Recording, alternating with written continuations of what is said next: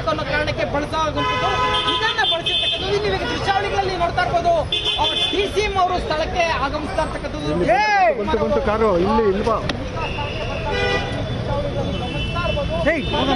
ಜೊತೆಲೆ ಪರಮೇಶ್ವರ್ ಅವರು ಜೊತೆಲೆ DCM ಶಿವಕುಮಾರ್ ಅವರು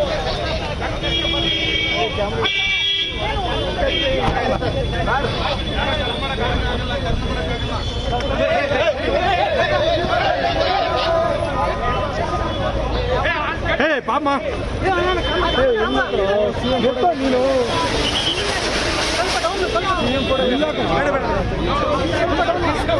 ಅಯ್ಯೋ